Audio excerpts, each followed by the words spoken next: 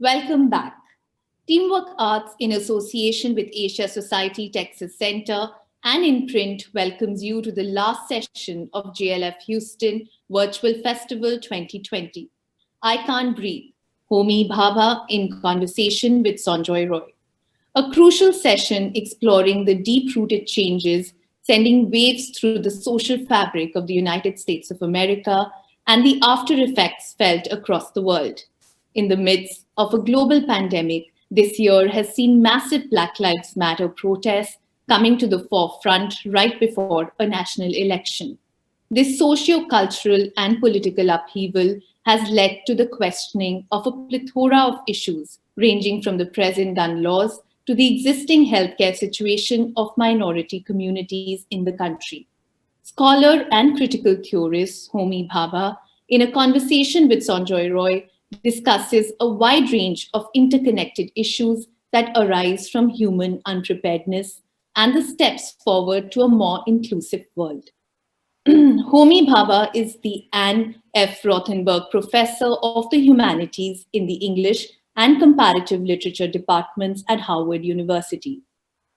He was founding director of the Mahindra Humanities Center at Harvard University from 2011 to 2019 and director of the Harvard Humanities Center from 2005 to 2011.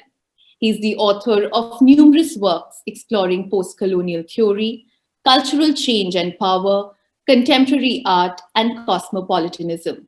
His works include Nation and Narration and the Location of Culture. Sanjoy Roy, an entrepreneur of the arts, is the managing director of Teamwork Arts, which produces over 33 highly acclaimed performing arts, visual arts, and literary festivals across 40 cities over the world. He's a founder trustee of Salam Balik Trust, providing support services for street and working children in Delhi. This conversation will be followed by a Q&A. Please do feel free to send in your questions to us.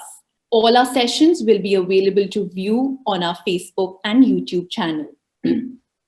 Do follow our pages on JLF Lit Fest across Twitter, Instagram, and Facebook to get notified on all our upcoming sessions. And do visit our website, jlflitfest.org/Houston, for the full schedule and information about our speakers. In these difficult times, we've struggled to bring to you JLF Houston without charging a registration fee. We request you all to please donate as generously as you can to ensure a free, seamless, and continuous flow of knowledge.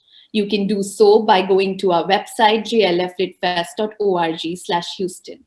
Ladies and gentlemen, we now present I Can't Breathe, Homi Bhabha in conversation with Sanjoy Roy.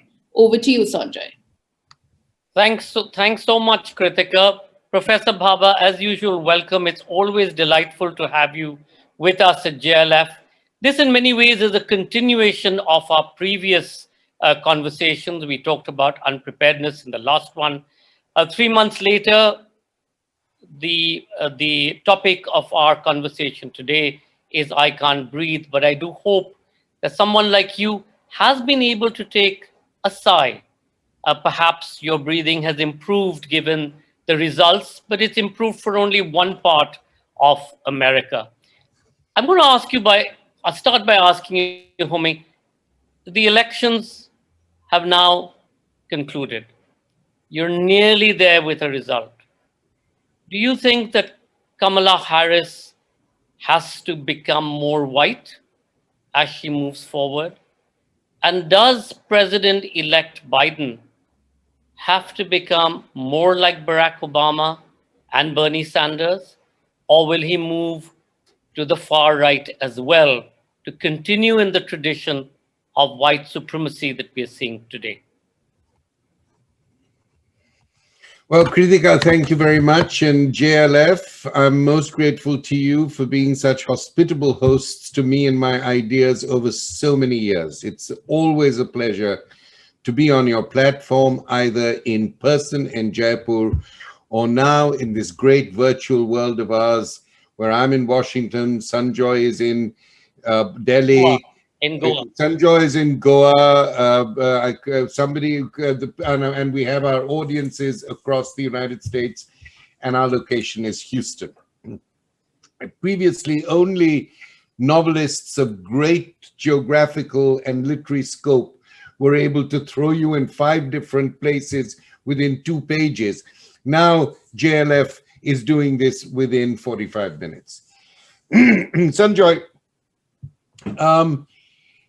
your questions are, as always, very pointed, and my answers are, as always, somewhat more fuzzy than you would hope them to be.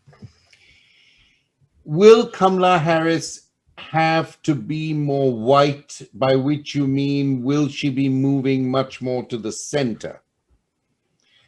So I'm taking that notion of whiteness as being representative not so much of a racial or ethnic issue, but of a political positioning. The issue is, of course, as you know, that Kamala Harris has not been seen as a great lightning rod of the left. She has all the most creditable beliefs in social equity, racial equity, and so on. But she's been perceived very much as a careful, a principled but pragmatic centrist. She's not where Elizabeth Warren stands, and she certainly isn't where Bernie Sanders stands. So I think that you will not see some major shifts in her position. I think you'll see an elaboration of her position in the company of Biden. And I think what Biden cannot, Biden in many ways will carry on Obama's project, if we might put it like that. And he will carry on Obama's project because that was his kind of nurturing collaborative ground with Obama.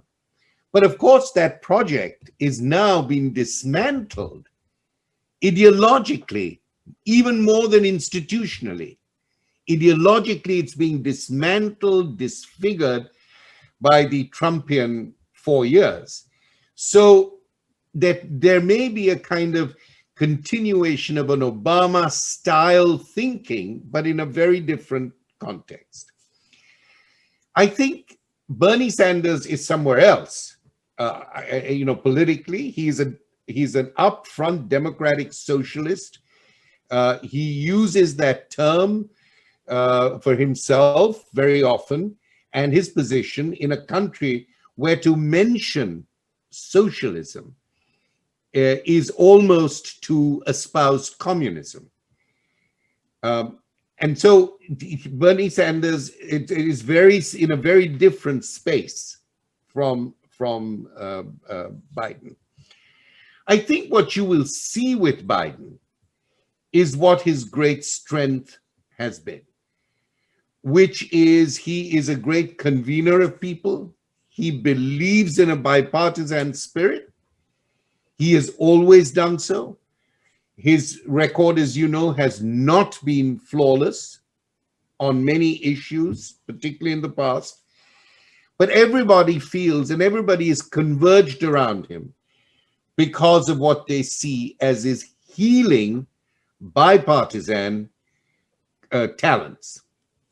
Having said that, you know that my view is that the challenge here is not a simple bipartisan challenge. Sorry, I should correct myself, is not a plainly bipartisan challenge, although that challenge is always very complex, because I believe that this is not a polarized country, but this is a bipolar country. It is not a country divided between Republicans and Democrats simply. It is a country where it's a country that is often struggling against itself. The self of the country is struggling. It's almost like a bipolar condition within an individual where the split is never simply that of binary polarization. This is a country where, like many other countries in the world, there is really, for the first time in my experience, no real sense of a common good, either procedural or philosophical. It just, to me, does not exist. And usually we thought that the common good was something that settled in the middle. It was not neutral because it was constituted of different conflicts, ideological conflicts, political conflicts. Dynamic. It was dynamic, it was kinetic, but we knew what the terms of it were. There were certain ethics of parliamentary decorum. There were certain ethics in the press of representing a position. The press has never been neutral, but there was a certain ecumenical position, an ecumenical position which Homi, let me ask you to hold that thought, because we're going to come back to the common good for a second. And this, I'm going to take you back to what you said, America as a bipolar country. And this is something that you've often spoken about. The conflict in America, on one hand, you have what we now see as the majority having taken over from the First Nation people, from the Native American, who they sort of annihilated and sort of left to their lands to some extent. And America, in many ways, was then built on immigration or migration. yes.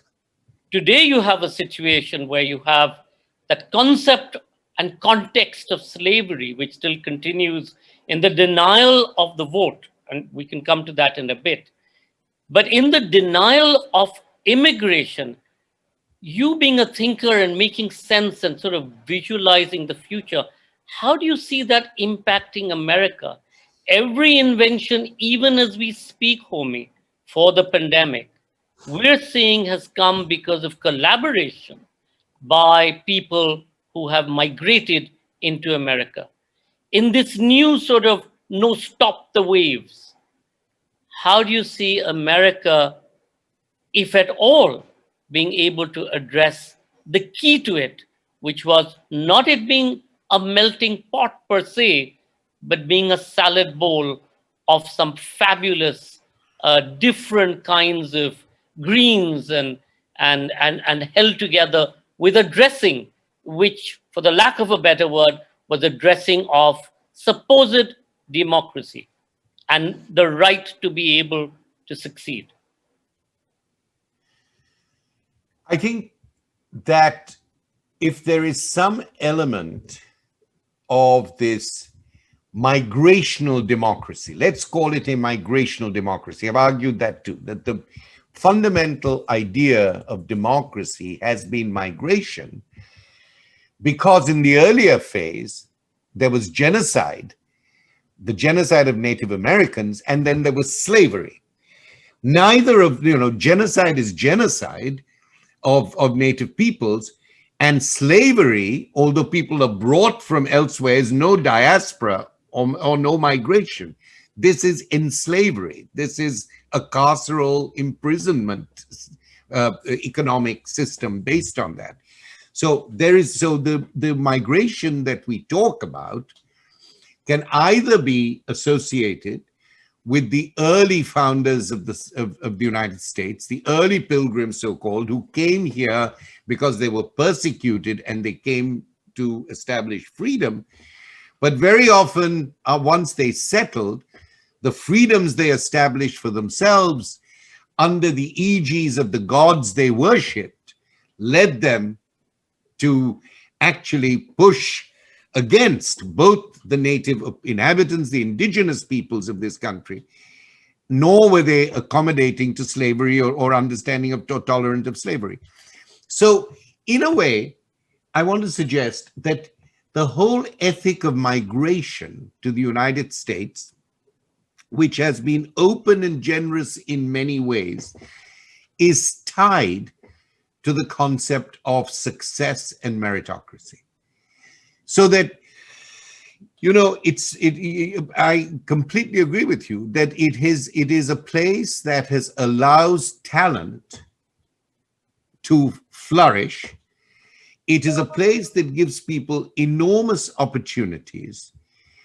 But with this new, but with a kind of growing global ethno-nationalist majoritarian view,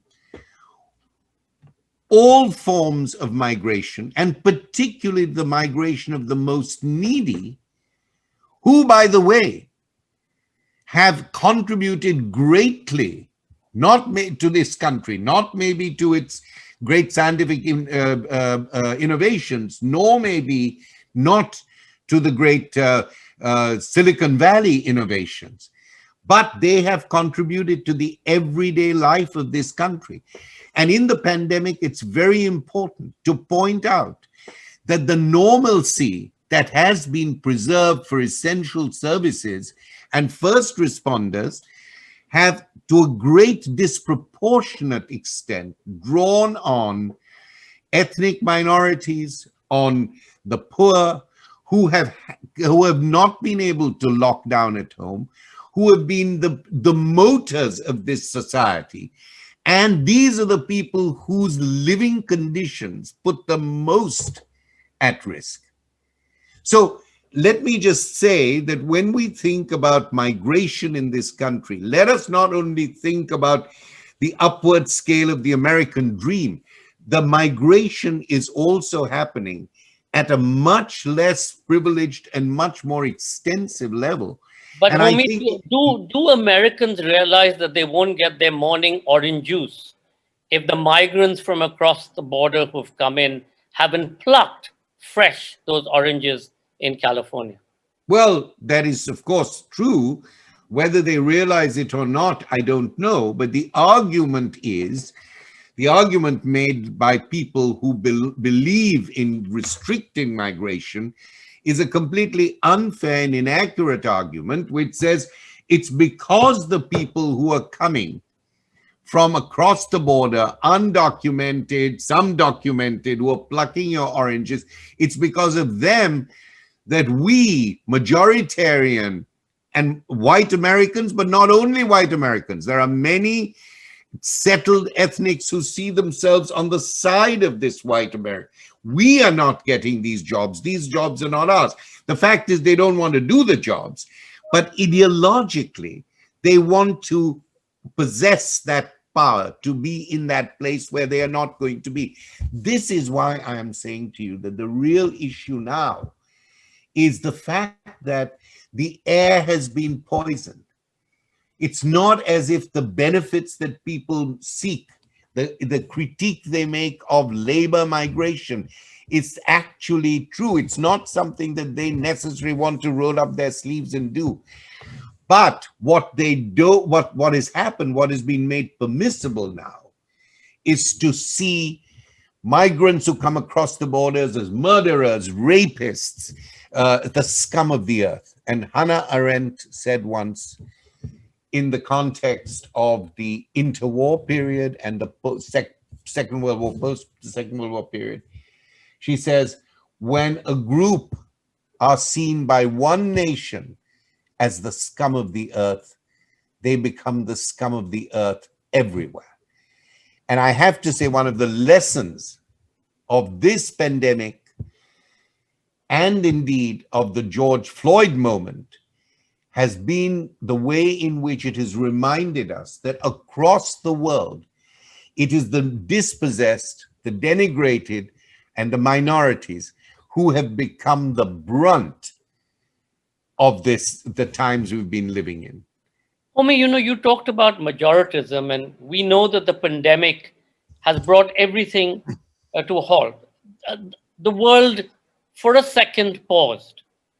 But has it righted itself, or do you feel that it can right itself? You talked about democracy and the need of the moment. In any democracy to survive, as we know, you need to find an equitable, inclusive setting. In your mind, is this a tipping point for the world, with America in many ways reneging against the promise of democracy by questioning its own infirmities within the democratic process? The message that's gone out today is that if America can call out its own election and its results, then why shouldn't the rest of the world who are pretending to be democracies continue to do so? Where then is the principle that America was, or the headmaster that America played in many times, sort of rapping people on the knuckles and saying, now behave, because you all must aspire to be America, aspire to be the flag. Is that aspiration now gone? And is it the time of the strong, powerful, unilateral, all powerful leader? And what, therefore, is the need of the moment for democracies? Are we seeing the end of it? Well, it's a very both long and complex question, but let me start with the tipping point. I do think this is a tipping point. I think across the world it's a tipping point. Just this morning, a friend from New York was telling me that something like 40 to 50 more, maybe more percent of restaurants in New York City have gone forever. Now, how will they reinvent? What will the process of reinvention be? This is an open question. So let's take that. It is a tipping point, and I think we've seen it as a tipping point across the world. Now, America, the headmaster of the world, I think that image is being eroded for a while. You know, America was the headmaster of the world in the invasion of Iraq, and that has been, according to Americans themselves, a disaster. America was the headmaster of the world in Afghanistan, and now in the Trump administration is negotiating with the Taliban. Just think of that. And all these, what I call adventures, have been adventures in gunboat democracy. Democracy at the through the barrel of a gun, saying we're coming here to establish democracy, but we're going to provoke, and they did provoke. That's not only America, many Western countries and others did provoke these huge, catastrophic social changes, and they have left Libya, Iraq, Syria. These countries are in a state of disrepair, of deconstruction. That's where they are. Now, don't that forget doesn't mean Israel and Palestine as well. And Palestine, Israel and Palestine, which of course as well. But I'm just saying there has not been that kind of immediate military intervention. So I'm saying that the idea of America as the headmaster has long passed. In fact, I'm so glad you brought up something that's been very much on my mind, that the current fate and marginalization and erasure of the Palestinians has been effected by this coalition between or confederation, call it what you like, between the United States, Israel, and now Saudi Arabia and the Gulf states that are sort of in a pincer movement, isolating the Palestinians while claiming that this is the way in which they hope there will be a great positive response from the Palestinians to join in. To join in with what? To join in for what, when these new collaborations are entirely done for power politics and for money politics? This is to be able to sell arms, so that the situation of America as in any way an exemplar internationally, I think, is in jeopardy. And now it is in jeopardy internally, because we begin to see that there is nothing illegal in what Trump is doing, but it is there's nothing democratically illegal. The courts cannot move, but it's a destruction of the very norms of democratic transition and process. When you contest an election on the grounds on which it's being done now, where case after case is thrown out, this is a very dangerous situation, because what it is doing is using this 2 months before Mr. Biden comes to the White House to create such a sense of delegitimacy in the country itself that it's going to take a long time to construct the sense of trust upon which some sanity can be brought back. There has been a rubbishing of norms, and democracy depends on norms. This is where, Sanjoy, it's at the normative level, not at the level of constitutional law. It's at the normative level the democratic countries hold together. It is at the level of a civic understanding. It is at the level of understanding that if I don't extend my sense of rights and protections to people who need them, they cannot possibly also feel part of the system. It is the norms that have been destroyed. And let me just say this, that at least in the United States, a country which I have described as at war with itself in many ways, polarized, and you will see, not polarized, but bipolar, and you will see that situation when you have a Democratic president and a Senate which is Republican, which will try and block everything. There's a real logjam there. The country is bipolar, fighting against itself. But at least here, due to the vigilance of a remarkably astute civil service, due to the vigilance of the press, Mr. Trump can fume, he can sulk, he can act like a destructive child.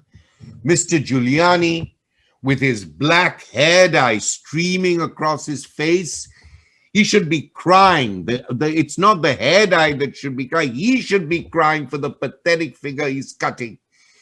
Despite all that, we have had an election which has, in my view, come out the right way. This is not true of other countries. You talked Tell me about, yes. Homi, you talked about two things. You talked about trust, and you talked about gunboat democracy. America acquired democracy through the gun, through the barrel of the gun, pretty much so, whether it's against the English or whether it's against during the Civil War, etc., or whether it was gangs of New York, as we saw in the film. You also talked about trust. What trust can they be when the minority community, in this case primarily Black, not so much Latino, primarily Black, when they step out of their homes, or Black or brown or whatever, when they step out of their homes, they know that they're at risk both from the state as well as from the white majority of having a gun not only pointed at them, but having that gun let off a bullet which will take their lives. What trust can possibly be there? And in the democratic norm, you talked about, the pulls and pressures, the dynamism of hopefully not a perfect good, but a balance. In any democracy, how do you build the necessity of trust to be able to take a democracy forward? And how do you see this going forward yourself with the new dispensation? And to this, I'm going to just quickly add a question that Ram V. Ramanathan asks. Will America unify post-COVID? Will America reform, renew, and repair the numerous flaws brutally exposed by the pandemic? This is the $10 million question. And nobody who claims to be able to answer it unequivocally is frankly accurate. There are many elements that will have to be put in place to not only establish a new normative and even a new day-to-day form of interaction after a pandemic that has created a hiatus, not only in individual lives, but in institutional lives, in public lives. So to take that question first, nations are like Titanics. They cannot be turned around. They're like major steamers, and they cannot be turned around. And unfortunately, and hopefully, unlike Titanics, they will not drive straight into the glaciers. So, the question you're asking is a huge one. Will people? So it's number one. Will, after the pandemic, there will be a recovery? We don't know quite what that recovery will be. Now, if there is that recovery, then trust will be reestablished. To reestablish trust is not only to say, trust in me, I'm a great leader, or trust in me, I have a great cabinet. Trust means you give people resources to rebuild their lives. You rebuild institutions. You rethink health problems and public health issues that you have seen have fallen short. You then start repairing your international affiliations. You start allowing people to trust you because you take climate change seriously. You take professional advice and medical advice seriously. So trust depends on the reconstitution of people's lives and on the reconstitution of institutions that have been depleted. Trust is not, in fact, democratic trust is not when the leader says, trust in me. That's the time you've got to be most distrustful. It comes out of a collective community establishment, reestablishment of norms. Now, alongside the pandemic, which has shown up huge problems in the health systems across the world and in the United States principally, there is the question also in this country of racial injustice and the criminal, I call it the criminal injustice system, not the criminal justice system. That has to be repaired. And it is not repaired by using the slogan, defund the police, which is in fact a very unfortunate, and it's not what it means. It means that our notion of policing cannot only be the question of punishing. The notion of policing has to depend on the communities in which the police are working, on their specific issues. The police are used to dealing with certain kinds of violence. They're not used to dealing with mental health problems. They're not used to dealing in a way, they're not competent to deal with people who might be behaving erratically for reasons other than criminal. So I think the question of, I would say rehumanize the police system, not defund the police. That doesn't mean I'm saying policemen and policewomen are not humane. Many of them are. But the system needs to think more fully about human community. That's what. From being a police force, you want them to become a police service, Yes, where no, they're in the and service of the people and the service of exactly protection in the of service the of the people. people. But So will they here, protect all people, Homi? And will justice? I mean, the trust can only build when a minority community, who has always been at the end of the barrel of the gun or enslaved in this case, feel that they have access to justice. Do they have access to that justice? Do you well, see this? Do you see the vote, which is pretty much split? And it's not that President Trump did as badly as everybody thought he would. There's no, a huge number of Americans who came out onto the streets and said, we believe in him and we believe in his policies, which includes the policy to discriminate, they includes the policy to keep out. So how do you correct that? How will you build trust?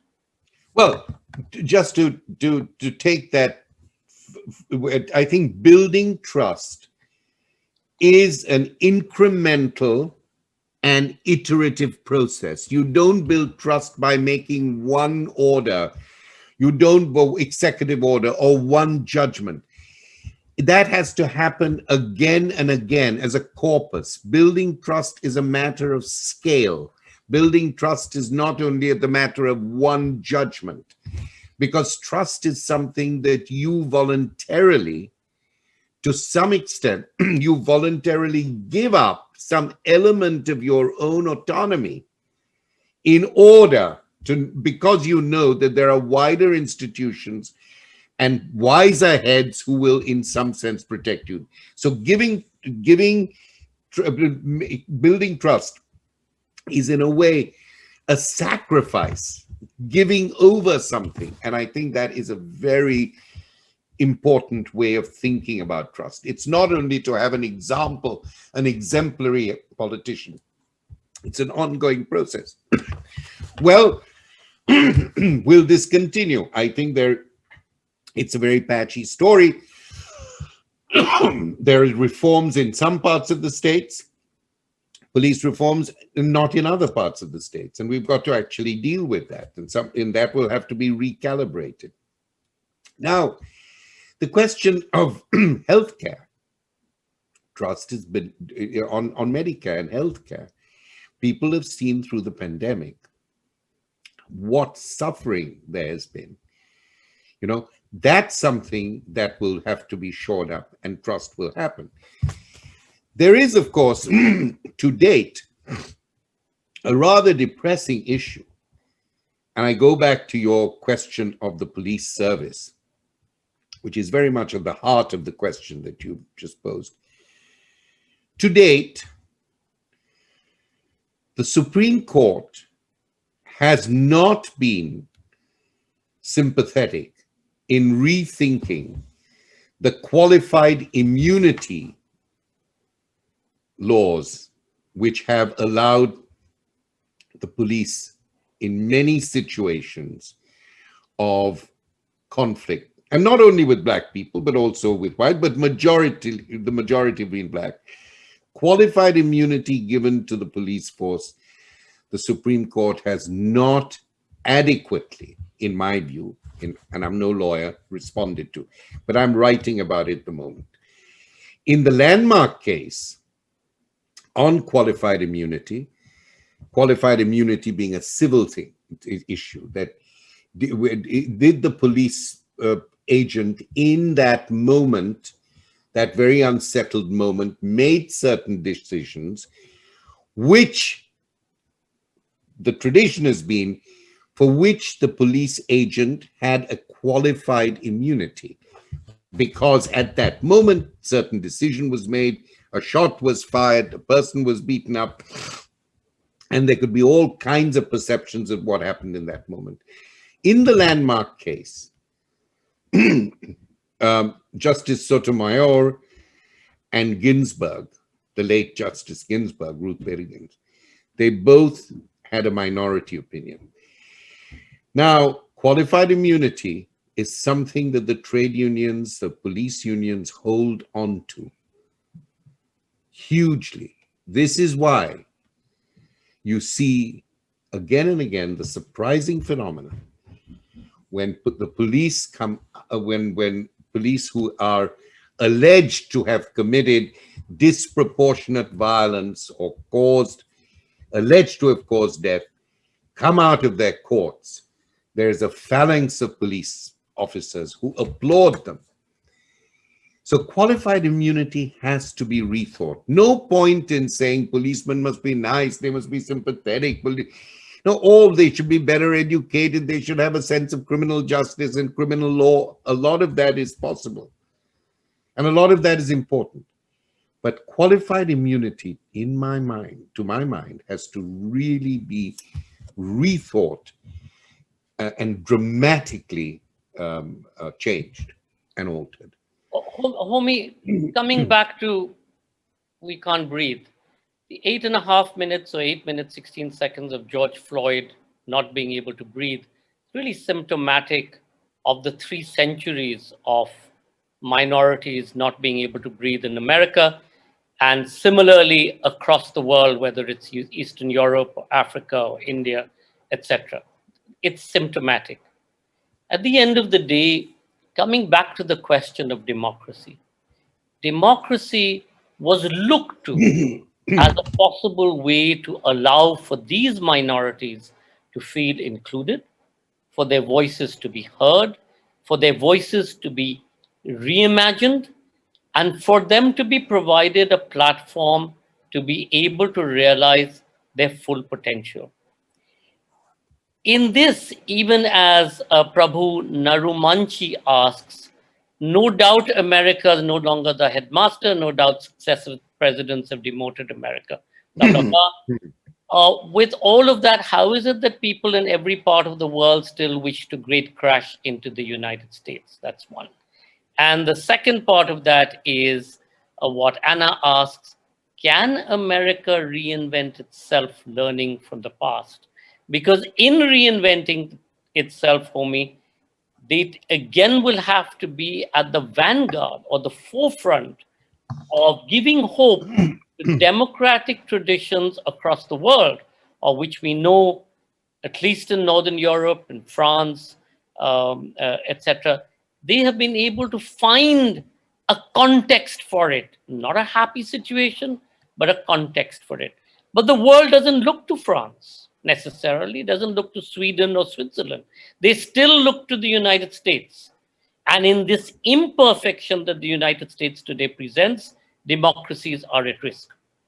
Well, first of all, Sanjoy, let me say I don't have as rosy a view of democracy as you do, that democracy was always a platform for minorities to be recognized and to be given their rights. No, democracy even if it no, never they should be, but that's the brunt. The actual liberal democracy in its growth right through the 19th century and the 20th century, and indeed what we're talking about now, the catch-all of democracy was freedom, but we know how freedom was used in the Second World War. We know how freedom was used even in Iraq or in Syria. The idea of creating Western democracies and liberating people has not been actually the center of it. There have been a lot of self-interest, in sometimes enlightened, sometimes non-enlightened self-interest. And America is no different from that. Now, the thing we have to think about is the notion of enfranchisement of groups. Usually the way we think about this is citizenship. That is why people, migrants, minorities, etc., want citizenship to be recognized. But democracy has been great in giving people the formal aspects of citizenship, but not changing the norms of citizenship. So you can be a Latino citizen, you can be a South Asian citizen, you can get those protections. But the norms, if they are not changed by education, by public discourse, can still mean that you are discriminated on the street. So democracy has had a double think. Democracy is also bipolar in its own way. And democracy has traditionally sided with what they understood to be the majoritarian view, a kind of utilitarianism, the common good for the largest number. And of course, minorities don't often feature in that. Sometimes they do. That is why we have very often internal to democracy the struggle between rights and the struggle between democratic laws. I mean, there's always this struggle. One of the great things about democracy is that you can articulate your struggle for rights and justice. If you don't have democracy, you can't do that. There are instruments of being able to do that. Therefore, I'm suggesting to you that democracy, in its role in supporting and protecting and securing the rights of minorities, has a complicated role. It's a struggle. It is not something that is not an entitled situation. It does not look to them. It looks to minorities to struggle for their rights, and sometimes they get them and sometimes they don't. So the picture is anyway much more complicated. Now, will America learn? Well, first of all, that question, that narrative is a novelistic narrative.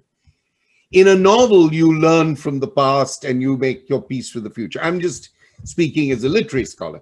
It's a novelistic, it's a utopian narrative. Nations don't simply learn in that way.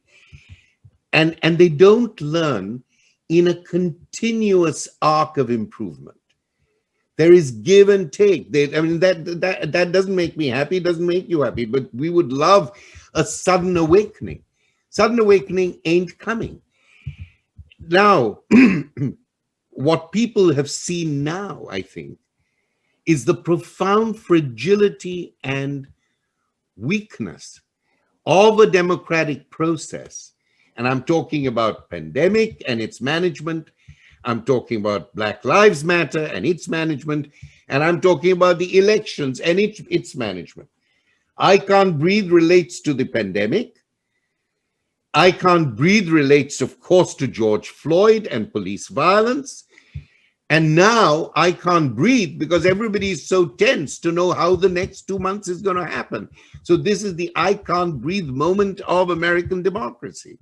And in this context, it's going to be very difficult to make predictions until we can see that the transition is a real transition. It's not just this electoral transition.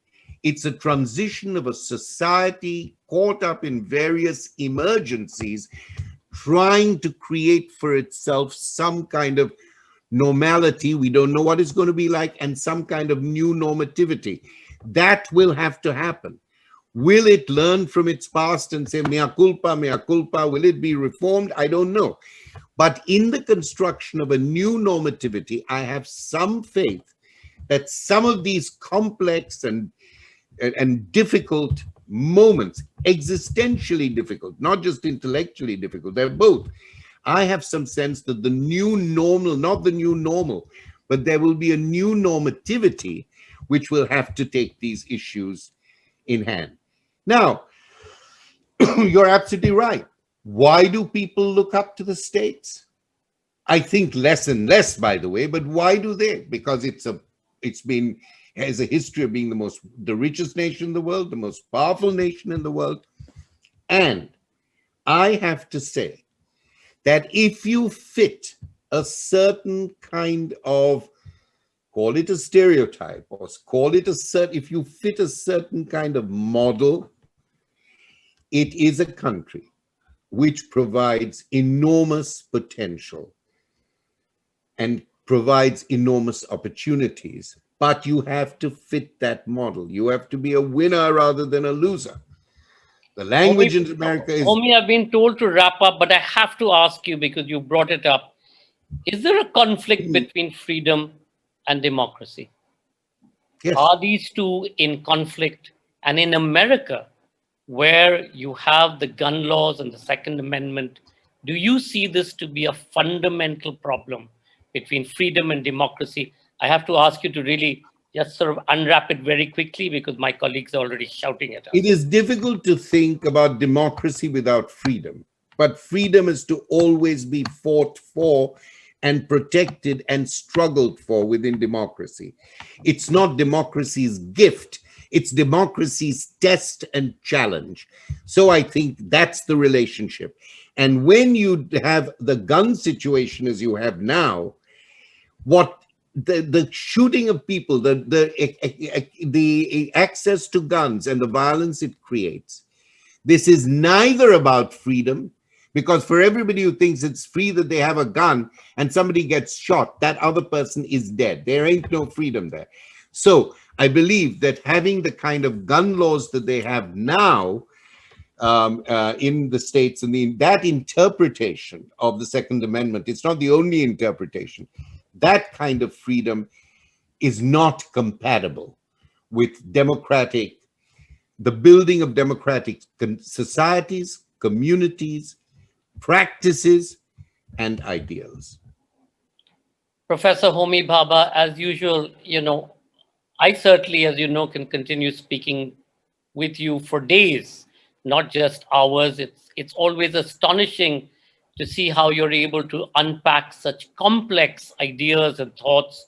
But it's really people like you, and you too are not American as we know, white American. You've come from other shores and you have lent to the academic brilliance of places like Harvard in America. Thank you for taking time out and being with us on this, our very last closing session at JLF Houston 2020.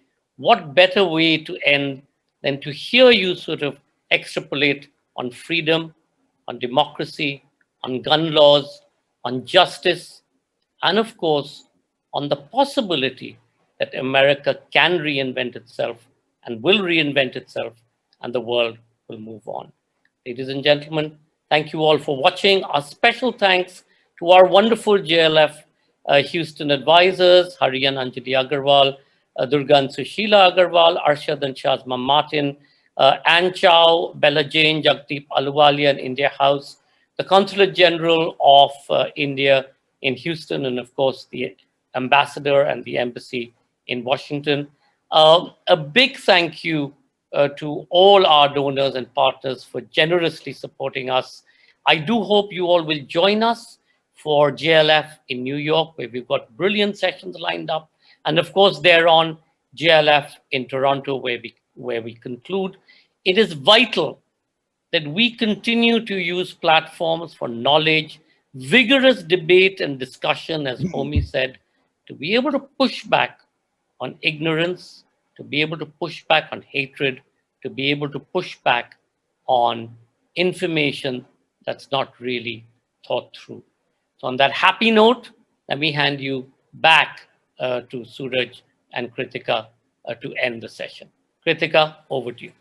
Thank you, Sanjoy. Thank you, Professor Bhabha, for that insightful conversation. Thank you all for watching and being a lovely audience. Once again, we'd like to thank all our advisors, donors, and partners for generously supporting us. A special thanks to Hari and Anjali Agarwal, Durga and Sushila Agarwal, Arshad and Shazma Martin, Annie Chow, Bela Jain, and Dr. Shaila and Sumant Patel.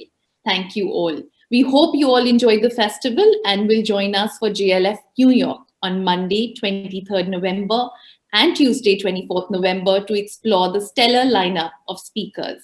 Similar to JLF Houston, JLF New York will be free and open to all and will be live streamed on the official JLF website for our registered participants.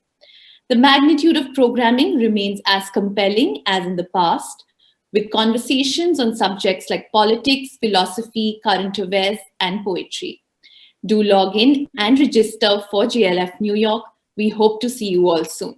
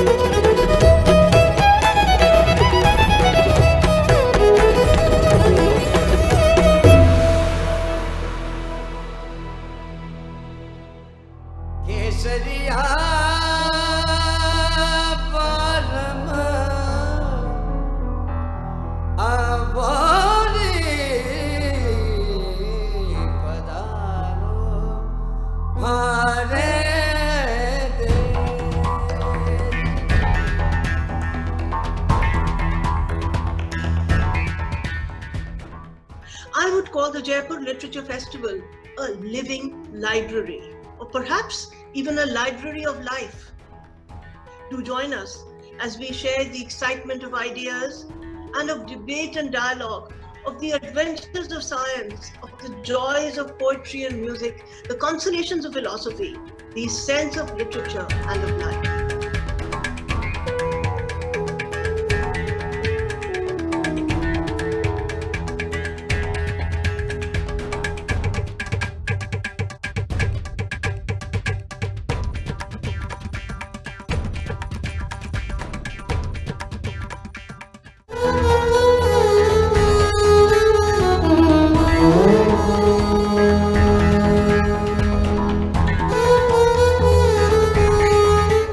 So much about the festival in India, the scale of it, the energy of it, and I just love the fact that there is this effort to bring it to other cities in the world.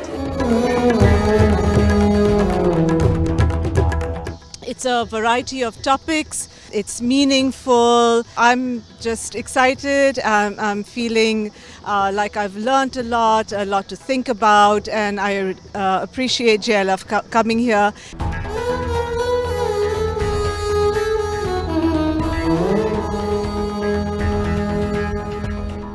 Going forward, it would be a very good thing to do for the community to have this event on an annual basis.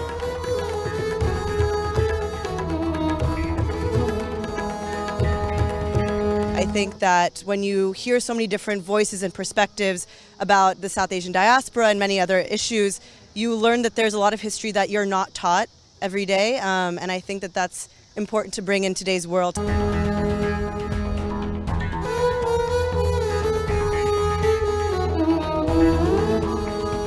I was actually really surprised by the camaraderie I experienced here and the way that people at JLF, both attendees and other panelists, seem to really connect profoundly to literature and care about it.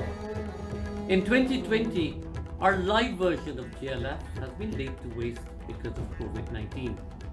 However, nothing's going to stop us from coming in the way of bringing our writers and speakers to you in Boulder, Colorado, Houston, New York, and Toronto, Canada.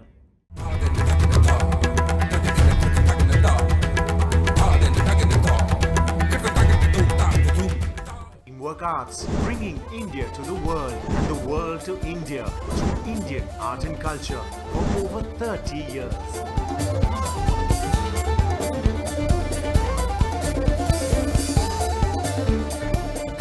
One of Teamwork Arts' signature events, the Z Jaipur Literature Festival, is the world's largest free festival of its kind.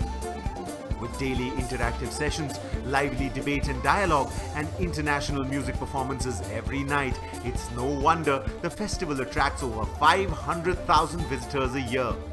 The Jaipur Bookmark, an international B2B event for the publishing industry, happens during the Z Jaipur Literature Festival and sees a confluence of publishers, writers, and literary agents.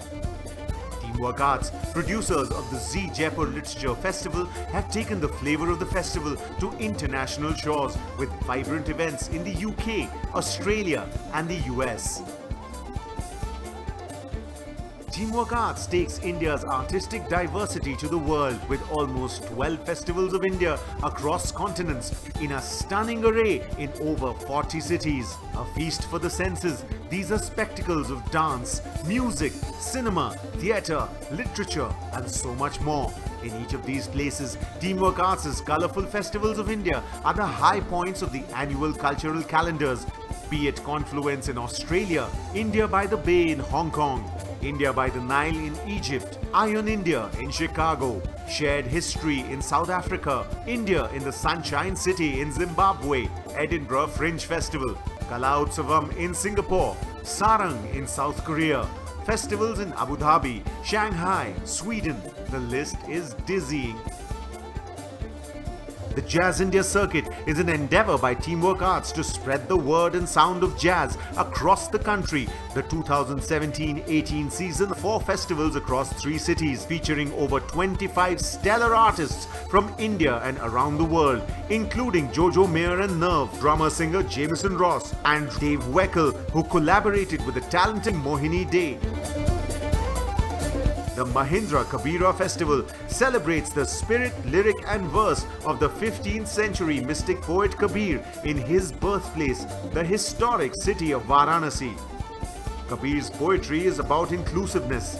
Mahindra Kabira brings to music lovers an unforgettable experience of listening to leading exponents of the classical Banaras Gharana and rich folk traditions of music on the legendary banks of the mighty river Ganges, along with sessions on art and literature, specially curated walks with famous local residents and delectable local cuisine. Sacred celebrates the spiritual through music and its ability to heal. International artists collaborate with world music exponents from India amongst the most incredible desert settings on the banks of the Pushkar Lake. Heritage walks, meditation, talks and workshops are part of this weekend experience. Teamwork Arts so promotes and recognizes the best of Indian theatre through the Mahindra Excellence in Theatre Awards. The Meta Week in Delhi is an enthralling showcase of the 10 best nominated plays shortlisted from numerous entries received from across the country and across languages. The Meta Lifetime Achievement Award has been presented to leading lights of India's theatre industry. For the young and the young at heart, the Ishara International Puppet Theatre Festival brings local and international performances to audiences across several Indian cities. While the Multi-City Kahani Festival features interactive storytelling sessions and workshops championing the power of imagination. Bollywood Love Story, a musical. Our international touring productions such as Bollywood Extravaganza and Flamenco India have sold out shows across Europe, Egypt, Russia and Spain. Expressions International Contemporary Dance Festival showcases Indian and international productions, bringing together several dance genres for Indian audiences. Teamwork Arts, celebrating the arts. For more information, visit www.teamworkarts.com.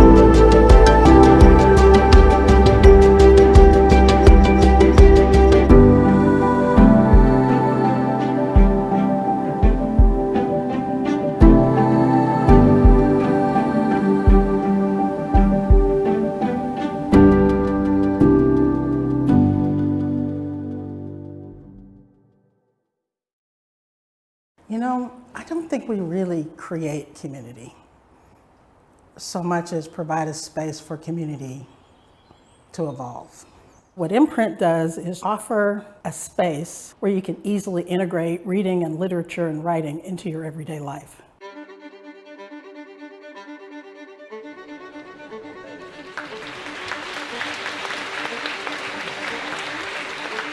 For 38 seasons, we've presented nearly 400 of the great writers, winners of every major award from 35 countries, an inclusive array of voices and styles, in a series accessible to all. Thank you for accompanying us on the journey. I'm glad to be here to celebrate with you the wonder of a big room full of people who love books. To have a truly just and equal society, at least when it comes to storytelling and representation, means that we have many, many voices from many, many different experiences. I really enjoy reading out loud. I really enjoy being read to. It's a bit of a parenthesis in our very hectic, fast, noisy, everyday. When I was growing up, you were a black kid, there were two stereotypes about you. You were going to be the coolest kid in the room or the toughest kid in the room. But the truth is, we're also weirdos. We get to be weirdos too. It's important that you know that everybody deserves the opportunity to be as strange and weird as they want to be. They're reading on their own, they're starting to value what a book means to them. And so to then meet the author, ask questions, get a book signed by the author, it can be a really inspiring thing for a kid that age. This is my path, but I want to make sure that the path is as wide as a highway for you. Whatever your dream is, your dreams can come true. Because I know they came true for me. Hey. Hi. How are you? Good. How are you? Like a poem? Yes. Yeah, what do you want a poem about? Daylight savings. And what's your name? Well, the in-print poetry buskers were created to take poetry out into the streets via poets armed with typewriters, writing poems by request on whatever topic people would dream up. It's great for the poets, they get to exercise their chops, but it also is a miracle for the recipient of these poems. A poem that's written for them is the first time that's ever happened to them. The sky was big and pink this morning, the first morning of a new part of the year, when we all woke up earlier than we used to. How do we balance both the writing that we do with all the other things we focus in on as well? You have to find the rhythm that works for you. I always feel like people want like the magic recipe for how to make this work. Empowering people to tell their stories is at ground zero what we're all about. Her dad was our only sibling of 4 ever to get divorced. I'm the workshop leader, facilitator of the Finnegan Park Creative Writing Group. We meet once a week and we get together and we write. They just have so much experience and so much storytelling instinct already that it's not coming in and trying to explain the basics of story. It's really just finding avenues for them to tell their stories. My job is to educate minority communities about cancer prevention. Writing has helped me not only be just a better writer, but also a better communicator. I was a dental officer in the Army. As a veteran, I realized that it was really important to start to process a lot of experiences that I had. And writing has been a very healthy way for me to be able to reconnect with memory and experiencing my humanity. Because of the way the carceral system works, they have, for their own survival, been forced into a worldview that's very black and white. One of the goals of this class is to present sort of another option for them, and that there are gray areas and there is nuance and there is complexity, and there's not always a right and a wrong answer. And I think a poetry class gives them an opportunity to be correct in whatever choices they make. When I first came to Houston, it was very stressful financially. Obviously, moving costs a ton of money. I didn't know that Imprint was giving us money. And they said, oh, we have a check for you. And I said, no, you've got the wrong person. I didn't win anything. And they said, you're Caitlin Weiss, right? And I said, yeah. And they said, the check is for you. It just was an unbelievable gift to me. Like someone was saying, I believe in you and your art. I'm glad you came here. Let me help you stay. If people are empowered to tell their stories, somehow they have control of the narrative and they can change their lives and maybe make the city a better place too. I know that's ridiculously idealistic, but I like it.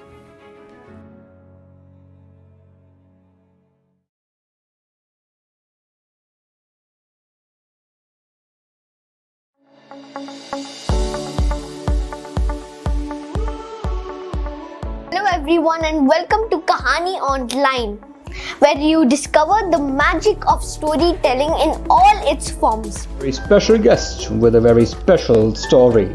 Please welcome actor and author Soha Ali Khan. The story that I've chosen is called Someday. Here it is. And it's by Alison McGee and Peter H. Reynolds. It's a story that I've read many times to Inaya. Everyone, grab a pencil, eraser and a notebook, as we are about to learn how to write short stories. That's very simple. All you have to remember is 5 points. Grumpy, we have a special story for you that dates back to the year 1962. Major Shaitan Singh Bhatti and his soldiers. चीन ने भारत पर हमला बोला था। ये लड़ाई पूरा 1 महीना चली थी। Our storyteller today is Katrina Zyle, all the way from Lithuania in Europe. Yes, in Europe. And she's going to tell us about some strange and fascinating mythological creatures. Today I will introduce you all to Lithuanian mythology. I will show you our modern world full of hidden mythical creatures. I will narrate to you an episode from one of our oldest epics, the Ramayana. We'll be waiting to hear from you. Until next time, bye-bye!